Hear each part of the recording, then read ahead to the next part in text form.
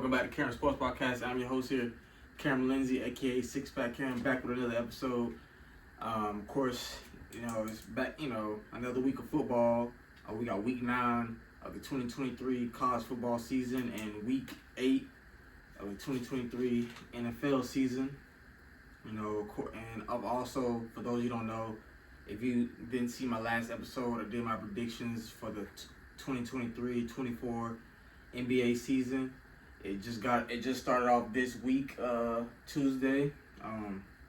So I'm excited to have basketball back, more sports to talk about. Of course, the NHL season started up like a week or two ago. So and of course the World Series start to this week. Actually today, as I'm filming this episode, it starts today. But by the time y'all see this, Game 1 will most likely already have happened. But like I said, I'm definitely excited. But like I said, before I get into my predictions, let's get into the World Series. So for those you don't know, the Arizona Diamondbacks beat the Philadelphia Phillies in a Game 7 to advance in the NCLS National Championship League Series to advance to the World Series. The Texas Rangers beat the Houston Astros on the road in Game 7 to advance to the World Series in the ALCS.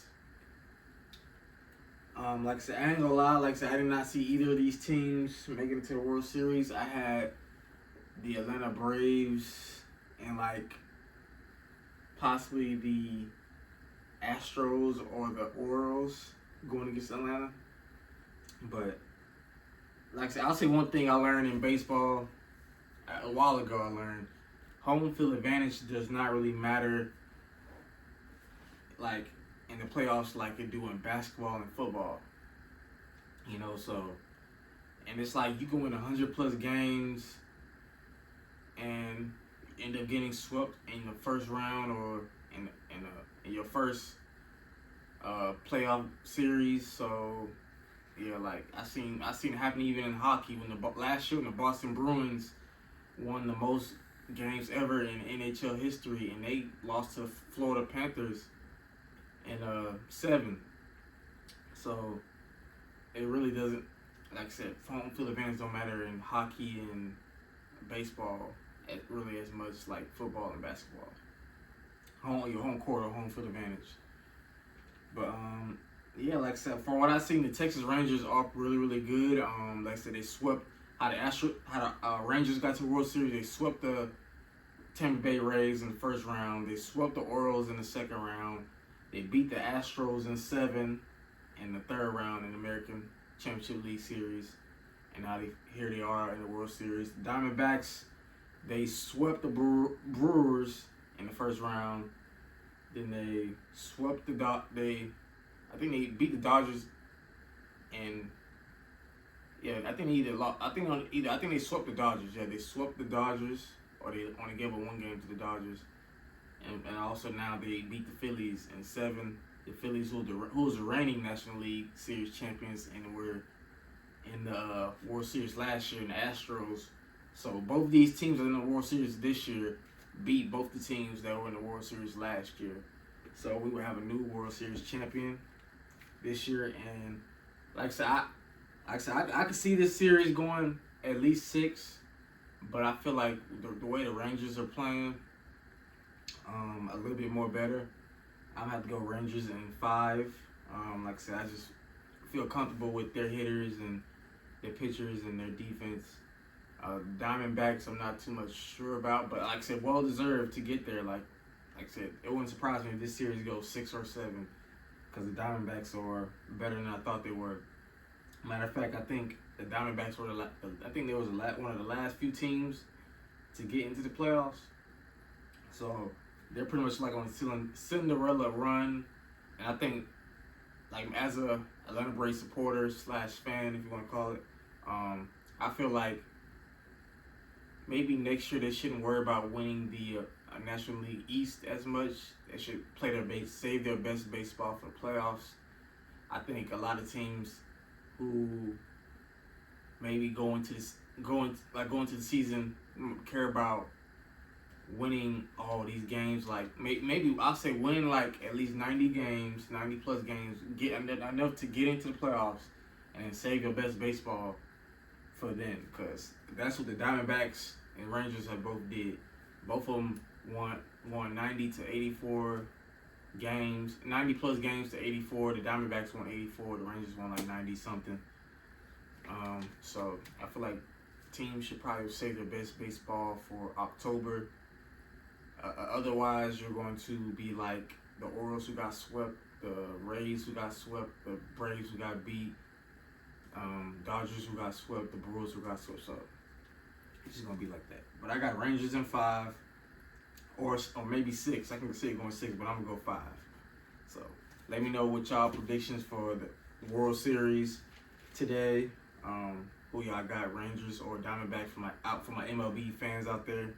Like I said, I'm definitely gonna be watching. Like I said,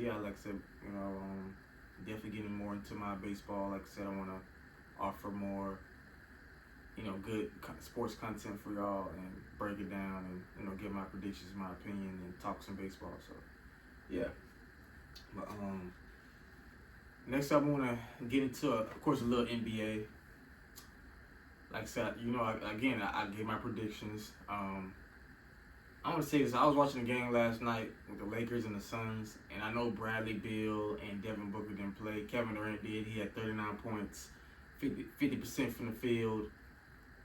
He balled out at 11, 13 rebounds. So he balled out. AD had 30 points, 13 rebounds, like 2 assists and 3 blocks, and a couple and I think 3 steals. So he had a real good game. LeBron had 21 points, 8 assists. But here's the thing. I remember I saw an interview with LeBron. He answered the question about AD, about how they feel about the criticism AD gets. And he says, they don't really give a damn. AD don't give a damn. AD's not really on social media no more. He pretty much deleted all his social media accounts, I think except one, during this past off season. And I'm like, I don't know if AD, if you ever see this, but I'm gonna do it anyway, because it's my sports podcast. I'm gonna do it anyway. AD, my opinion, or a lot of people's opinion who know basketball or got a sense, and I'm not saying like 100% expert, but watch the game and understand it. Like, bro, you are a top 3 talent in the NBA. Really, when you're completely healthy, when AD's on the defensive end, he's consistent. But when he's consistent on both sides of the ball, mainly offense, he literally is a top 5 player. I've seen him give it to Joker, Giannis, Embiid. Like those, if y'all watch my episodes, again, the one I did, Kawhi, Tatum, AD, Dwight Howard, there was a stretch of games when LeBron was out. Like LeBron was out for he was out for a couple of months. AD was dominant. Like AD was looking like, if the Lakers, I think it was during the trade deadline or a little bit after, if we were a little bit better, like we was like a top 4 seed, AD would have been an MVP candidate last year. He was dominant. He was like, for a stretch of time during the season, the best player in the NBA. And it's like, really, I remember there was debate with him and Giannis, who's ready to take AD or Giannis. I feel like the only thing Giannis really has over AD is his mentally aggressiveness, like his, I don't know how to say it, like mentality, mentality, toughness. Like even if Giannis airballs, or if let's say Giannis gets 35 points but he goes, I don't know, 15 or 40 or something. He don't care how many times he shoots or lays it up or misses air balls, he won't be aggressive. Like AD, you gotta demand the ball. Like that game against Denver, the reason I picked the Nuggets to win, because I just felt like it's the first game of the season. You don't know how teams are gonna look.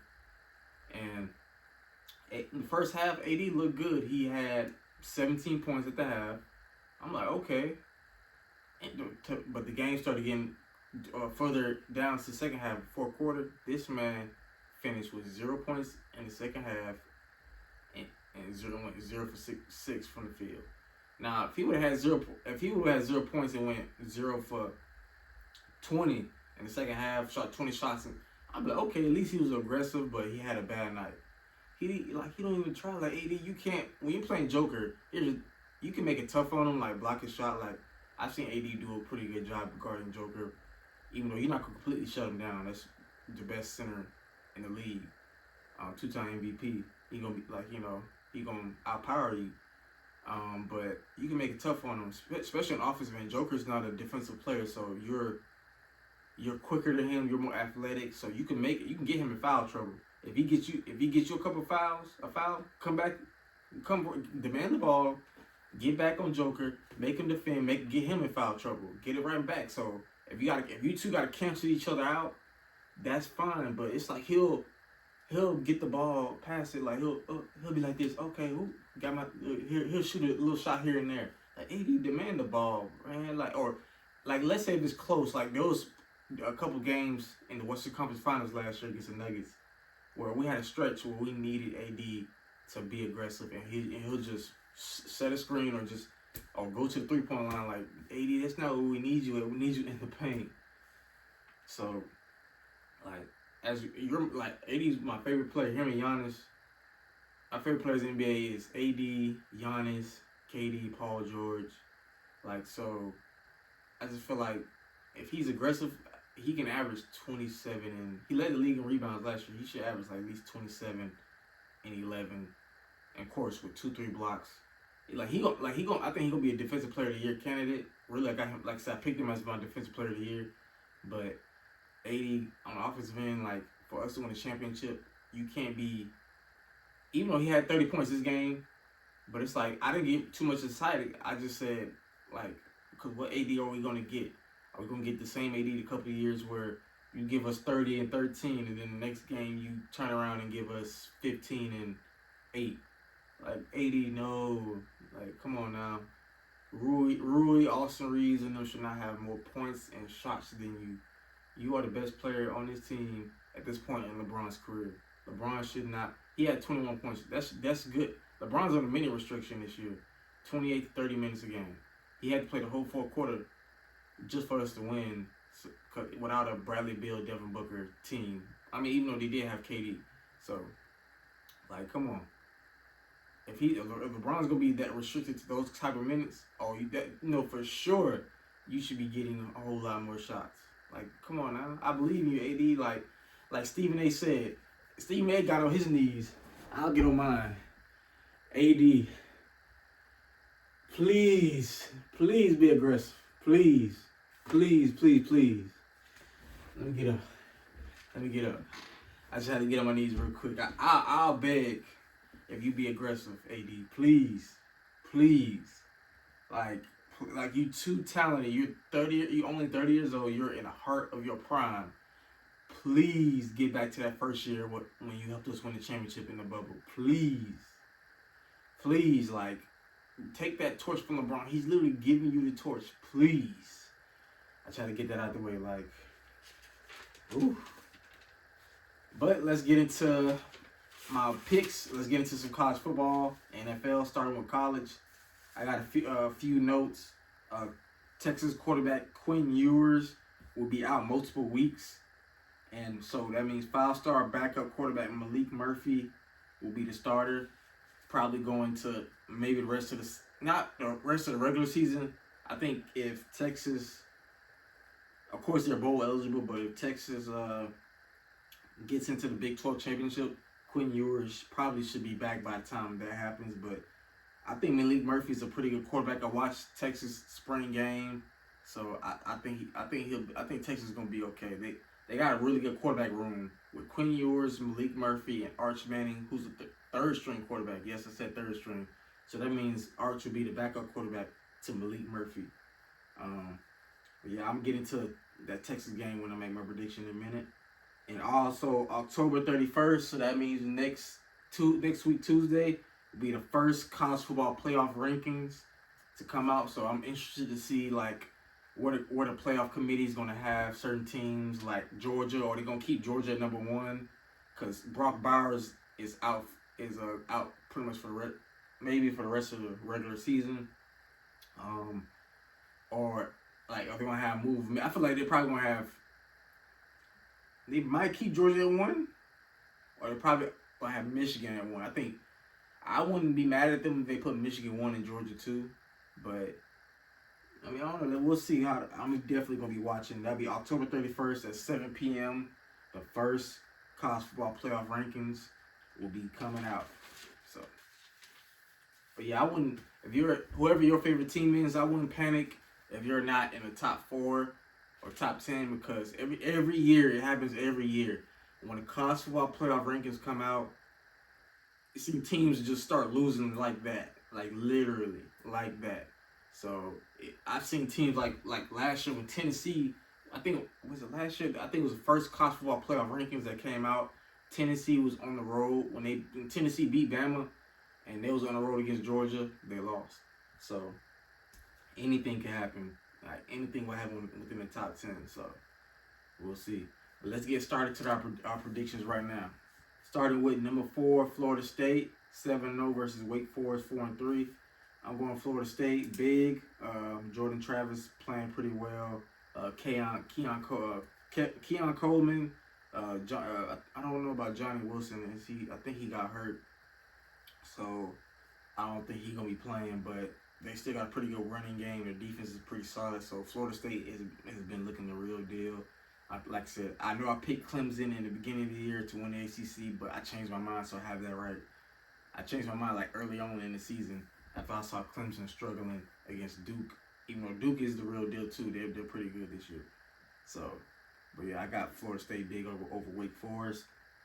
Next, got number 6 Oklahoma, 7-0 versus Kansas, 5-2. Oklahoma coming off a close win against UCF, a team that has yet to win a game in the Big 12.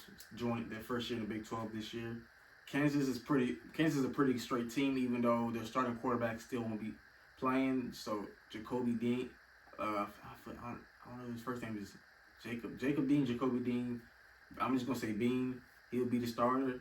So I think, and this game is sold out. So I think this could be a possibly pretty good game. Kansas is a pretty good team. But I'm gonna go Oklahoma slightly because I trust Dylan Gabriel. I trust Oklahoma's defense with the head coach Brent Venables. They got some pretty good weapons. But I think it's gonna be a pretty close game, especially on the road at Kansas. Next up, we got Indiana 2-5 versus number 10 Penn State 6-1. I'm gonna go Penn State. They came off a bad loss against Ohio State again I think this is the 6th straight year in a row, 7th, something like that they lost against Ohio State. So, in my opinion, I feel like some changes could be coming. I don't know. If I was Penn State, maybe I would consider it because James Franklin has yet to really beat the Ohio States and the Michigans like that consistently. So, I don't know. But he's a good coach. So, maybe not, but it's like, are you going to really be able to take Penn State seriously as a national championship contender if they can't beat in Ohio State or Michigan? And they still got to play Michigan, too. So, next up, we got number 1 Georgia, 7-0 versus Florida, 5-2. This could possibly be a good, even though this is a neutral site game, I think. Neutral site in Jacksonville. So I'm gonna go Georgia in a close one. I think Florida might be able to keep it close for a little minute, but I think Georgia's probably gonna pull away in the end. So I'm gonna go Georgia over Florida. And this is and next up we got one of my 3 highlighted games I got this week for the college football season. BYU 5-2 versus Texas number 7 Texas 6-1. The reason I got this game highlighted again because I said starting quarterback Quinn Ewers will be out for multiple weeks. So backup 5-star quarterback Malik Murphy will be starting. Like I said, I highlighted because I want to see how Malik Murphy is going to do in his first start. Like I said, I seen him play in the spring game, so he's pretty good. He got a really good arm. But again, having a really good arm doesn't really matter because look at somebody like Joe Milton at Tennessee. So, and BYU has been pretty good this year in the Big 12, their first year. So they're not a sleepover team that you could just walk all over. But I'm gonna go Texas over BYU. So but I got that game highlighted, and I'm gonna be paying close attention. Now my second game I got highlighted. Number 8 Oregon 6-1 versus Utah. Number 13 Utah, who's also 6-1.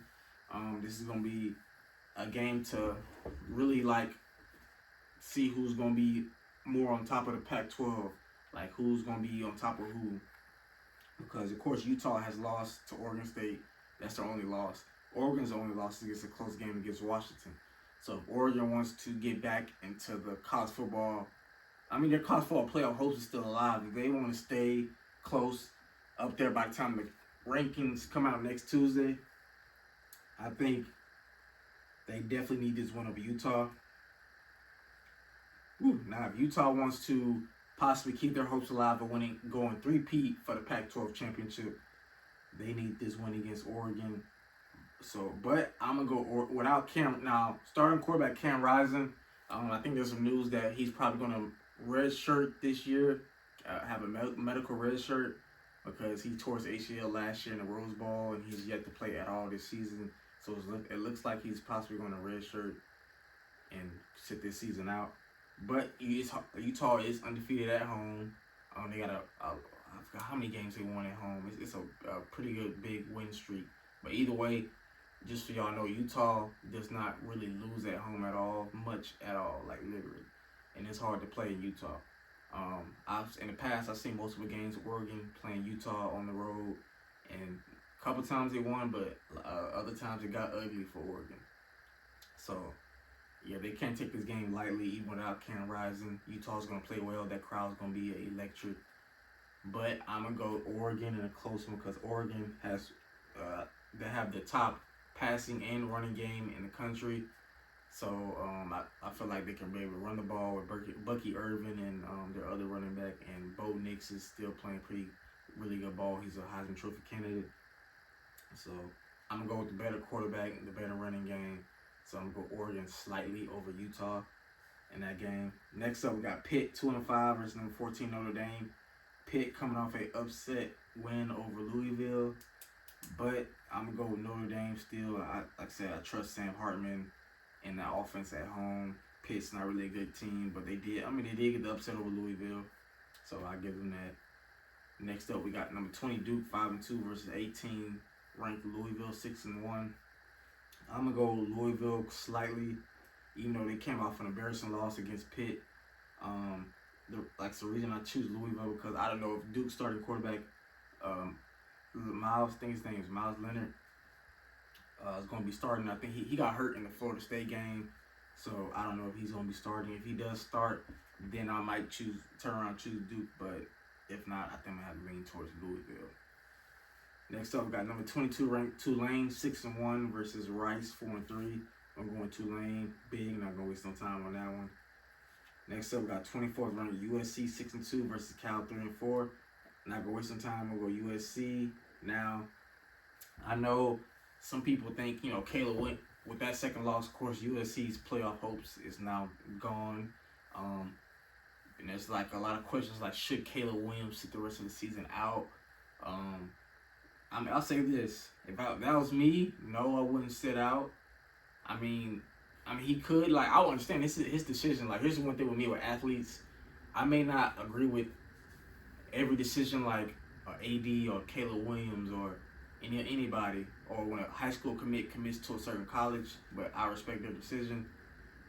But if it was me, no, I wouldn't, because it's like, even if I'm going to be the number one pick in the draft next year, and I'm gonna get this bigger contract, whatever, $30 million, $50 million guaranteed, and I'm possibly going to be the second coming of Patrick Mahomes or something, I still would play, because it's like, that's going to be the last time you put on that UFC uniform. When you get older or when you retire, you're going to look back, you're going to be like, dang. You might look back and be like, dang, I probably should have played the rest of that season with my teammates. I should have played in that bowl game. Now they can still play in the New Year's Six Bowl. They can still win a Pac-12 championship possibly. They'll need some help with. They'll have to win the rest of their games. They'll have to have Utah lose at least like a couple more times. So yeah, but it depends. Like, if they're like, let's say if they're in the Music City Bowl, he probably might not play in that. I still would.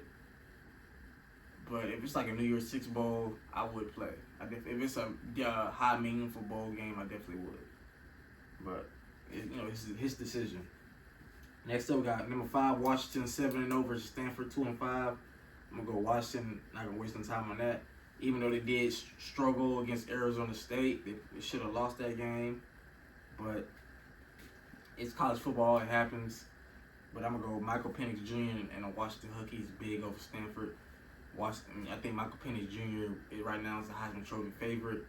I think he's been balling all year, except for last week against Arizona State.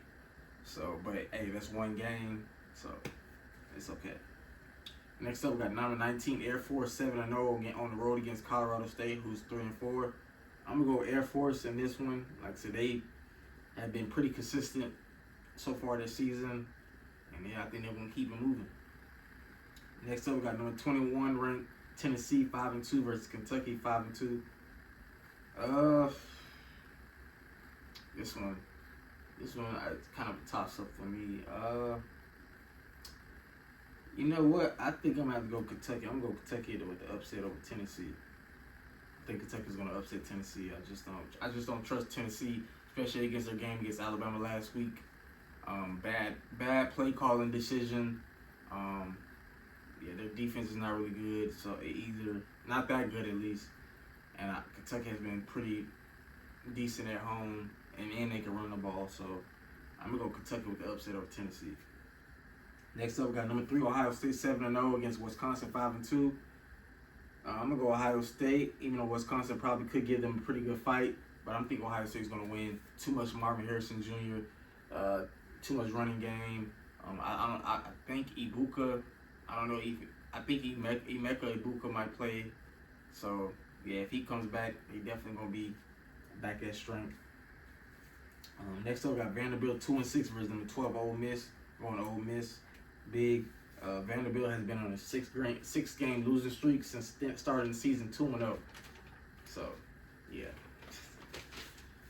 All right, next up we got Deion Sanders and the Colorado Buffaloes 4-3 versus number 23 ranked UCLA, who's 5-2. This one I'm kind of going back and forth. Like after that bye week, how are Colorado gonna look? Are they gonna look better, or they gonna make some changes? Especially after that embarrassing loss to Stanford at home in double overtime.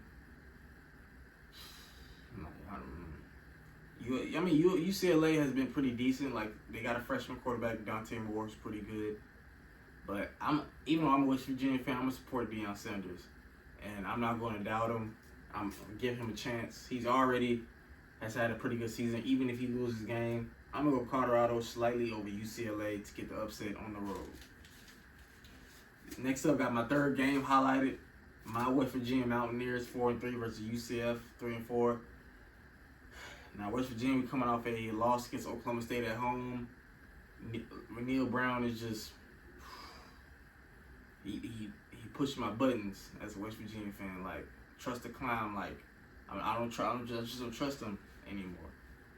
And we got UCF, who's yet to win a game in the Big 12. Like, even though this is their homecoming, but I'm going to be mad if we lose this game to a team that has yet to win a Big 12 game. Like, come on, we should not lose this game. Shouldn't. So I'm going to go West Virginia slightly over UCF. We better win, or we're going to have problems, Neil Brown. You're going to see me. Next up, we got number 7 North Carolina 6-1 versus Georgia Tech 3-4. I'm going North Carolina. Now, they are coming off an embarrassing loss against Virginia. Virginia, one of the worst teams in the ACC. They got upset. North Carolina got upset at home. So I think they're going to be angry. I think Drake May is going to come back with vengeance, and I think they're going to light it up on Georgia Tech. Next up, got Old Dominion 4-3 versus number 25th ranked James Madison. I'm going to go James Madison. James Madison has been pretty good this year. I ain't gonna lie, this is their second year as an FBS team.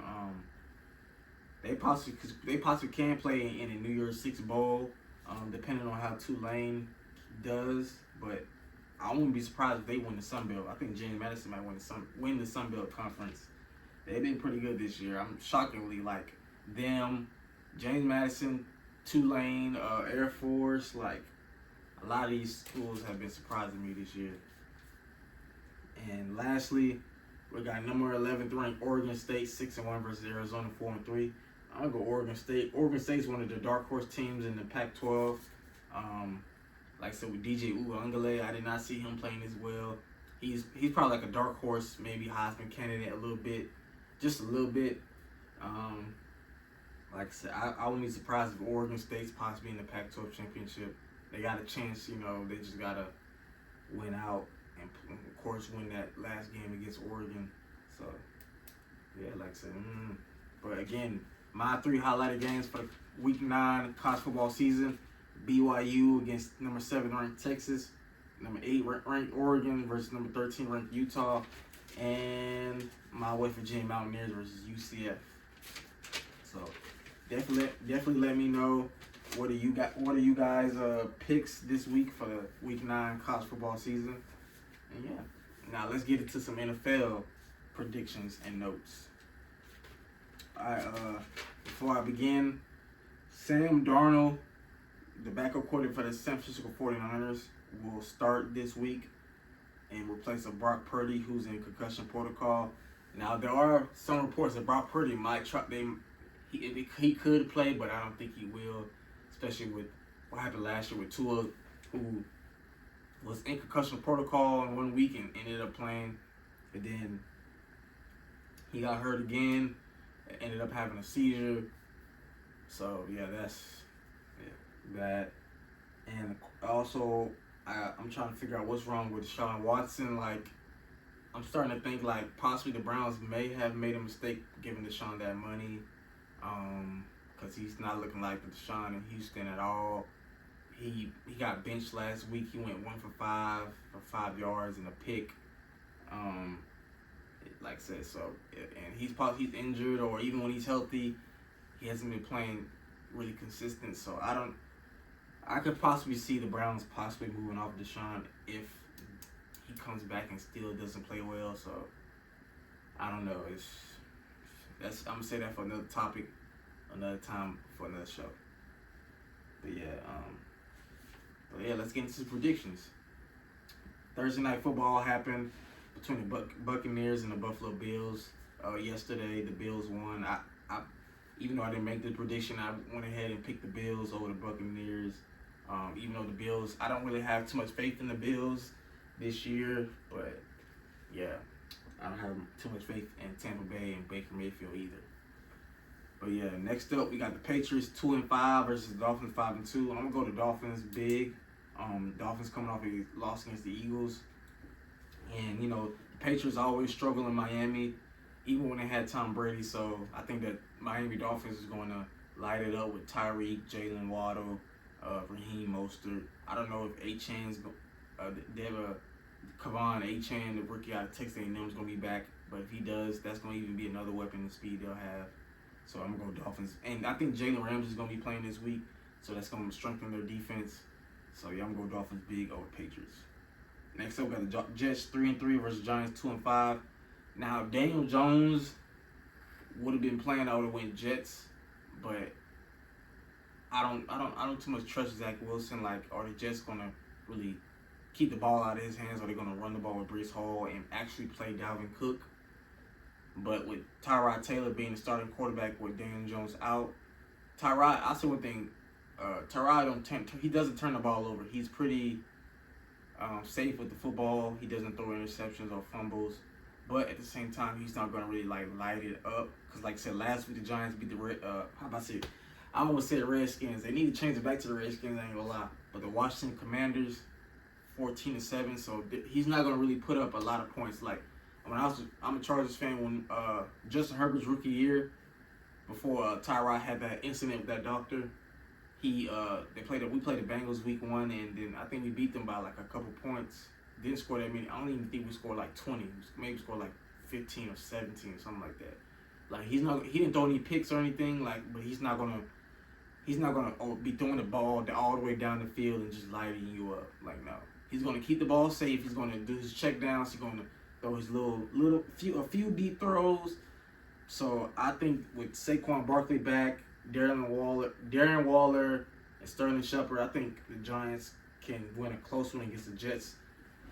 The reason I'll give the Jets a chance is because of their defense, but I don't know how I feel about Zach Wilson. Like I just don't trust him. But if the Jets win, that'll give them a momentum. I think heading into their bye week. Or I think did they have the bye week last week? I'm sorry, y'all. I forgot if they did. But next up we got the Jacksonville Jaguars 5-2 against the Steelers 4-2. I'm gonna go Jaguars in a close one. Like I said, the Steelers defense is legit with T.J. Watt, Mika Fitzpatrick, but I don't really have too much faith in Kenny Pickett at all this year. The Steelers' running game is pretty awful. I think it's one of the worst running games in the league, even with somebody like Najee Harris. But like Trevor Lawrence continues to get better. The Jaguars' running game defense is pretty solid, so I'm gonna go Jacksonville over the Steelers. Next up, we got the Falcons 4-3 versus Titans 2-4. This one I was going back and forth on, but with Ryan Tannehill out, the Titans will be starting rookie quarterback Will Levis out of Kentucky. And with that, I'm going to have to go Falcons slightly over the Titans, even though I don't trust Desmond Ridder. Like, the Falcons, they do got skill position players. They got Bijan, they got Alexander, they got Cordell Patterson back. Drake London, but it just with it's with CJ Gardner, y'all. Desmond Ridder, I don't know. I'm having a brain fart, y'all. Y'all seen this live, no edit, nothing. Desmond Ridder, it's just him. He's not really be consistent this year at all, turning the ball over. The Buccaneers should have won the game last week against them, but because Desmond Ridder gave them multiple chances turning the ball over. But I'm going to go Falcons over the Titans. Next up, we got the Texans 3-3 versus the Panthers 0-6. I'm going to go Texans. I don't know. I think Bryce Young will play. It's going to be a battle of the first two picks in the draft. Two really good quarterbacks, but I think the Texans got more firepower. I trust C.J. Stroud more at this point right now. At least right now. Right now more than Bryce Young, because CJ got more weapons than Bryce, and yeah, the Panthers are just a mess right now. Next up, got the Rams 3-4 versus the Cowboys 4-2. I'm going Cowboys. There you go with the Rams. Like I said, I just don't trust. I don't know. It wouldn't surprise me if the Rams do upset the Cowboys because got Cooper Kupp back. You got Puka Nacua, the rookie out of BYU, and he's a real deal, one of the league leaders in receiving yards, catches. So, it possibly could be close, but I'm gonna go Cowboys slightly. I just have a feeling I'm gonna have to go Cowboys. Next up, we got the Vikings 3-4 versus Packers 2-4.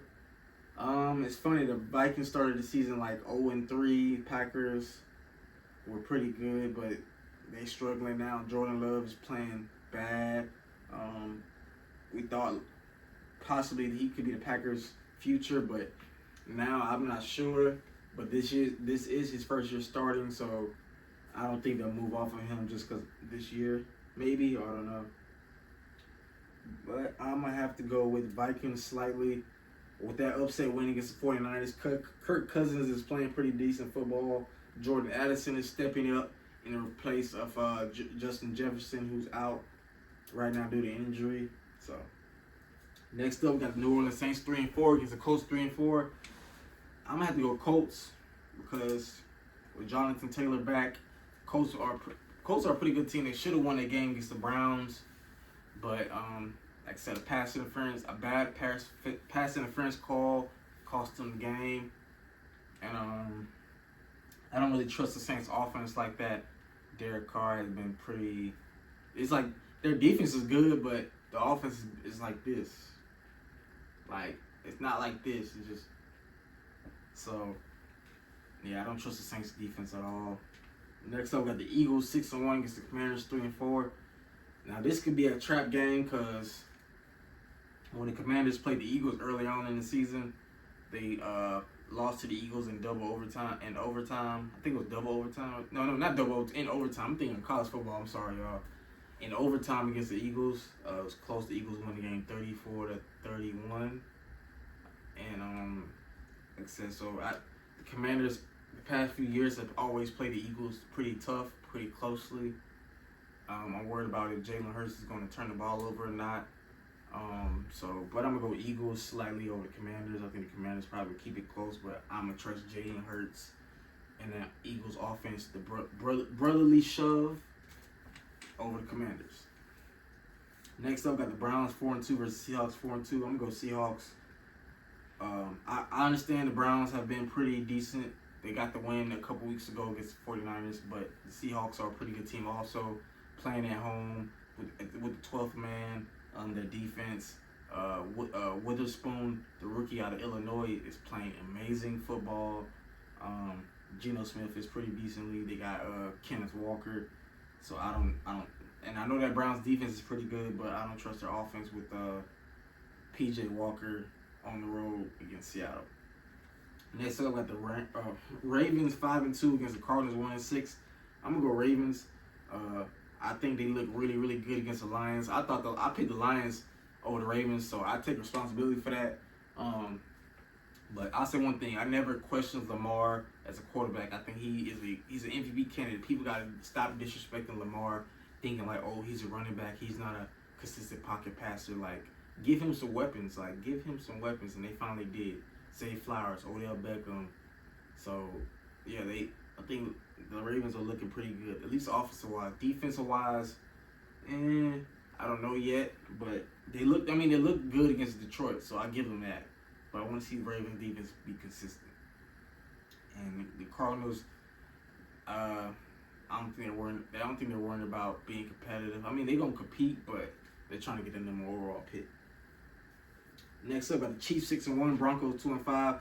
Not gonna waste some time going to Chiefs over the Broncos. Broncos are terrible. They're probably gonna trade half their team, Jerry Jeudy, Cortland Sutton, and them. So, and probably get rid of Russell Wilson in the offseason, the way it's looking.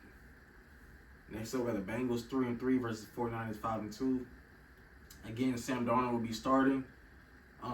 This one I'm going back and forth because, like I said, you got Joe Burrow and the Bengals coming on the road.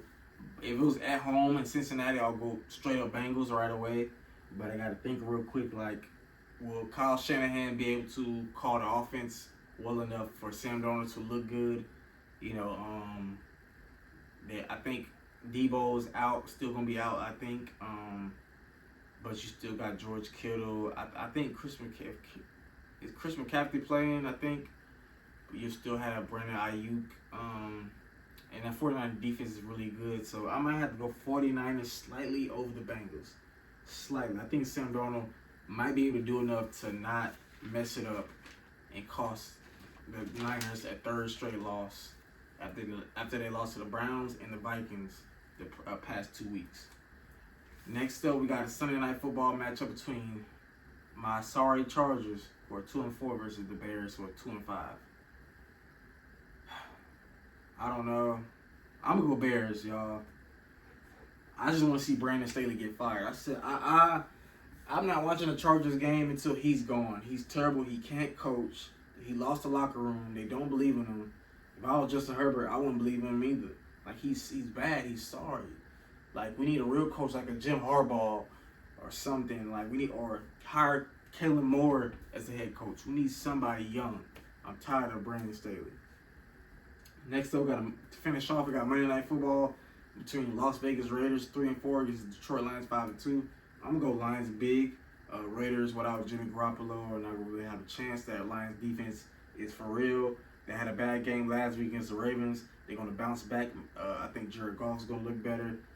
You got Amon-Ra St. Brown is gonna play better. So, especially at home, I don't think it's gonna be a big of a deal. And plus, I don't trust the Raiders starting a rookie quarterback or undrafted player against that Lions defense. Yeah, y'all. Like I said, look forward to some football this week. I don't really have a game highlighted this week for NFL season because no game really particularly catches my eye this week. So, but college football again, BYU, Texas, Oregon, Utah, and West Virginia, of course, against UCF. Those 3 games I got highlighted for college football season. And of course the NBA season has just started. Again, if I gotta get on my knees again, AD, I will. Please be more consistent. Don't get me wrong. Players are gonna have games where, especially a superstar at AD's level, you gonna have games where you may only score 10 points and you get 5 rebounds, and it just wasn't your night. Or one of your, let's say Rui or Austin Reeves might take over, and both of them might have 30 points, and it's just like, hey, they getting it, they catching fire. All right, let them have it, let them keep cooking. But on the most part, you should be the one cooking. Get your shots in. Like, it's like a rhythm. Don't wait until like a minute, 2 minutes left in the first quarter or something, or the second quarter to finally get your first shot in. You're like, okay, like start getting your groove in. Okay, see that first shot going in? Okay, bad. I'm feeling it now. Do that. Like, that's why yesterday I didn't get too much excited when I saw him drop 30 and 13, 3 blocks, 3 steals, because he gonna do it on the defensive end. Offensively, it's like, okay, the first game you dropped 17 in the first quarter, had 0 points in the second half, and people was calling him trash, as they should. I even said it.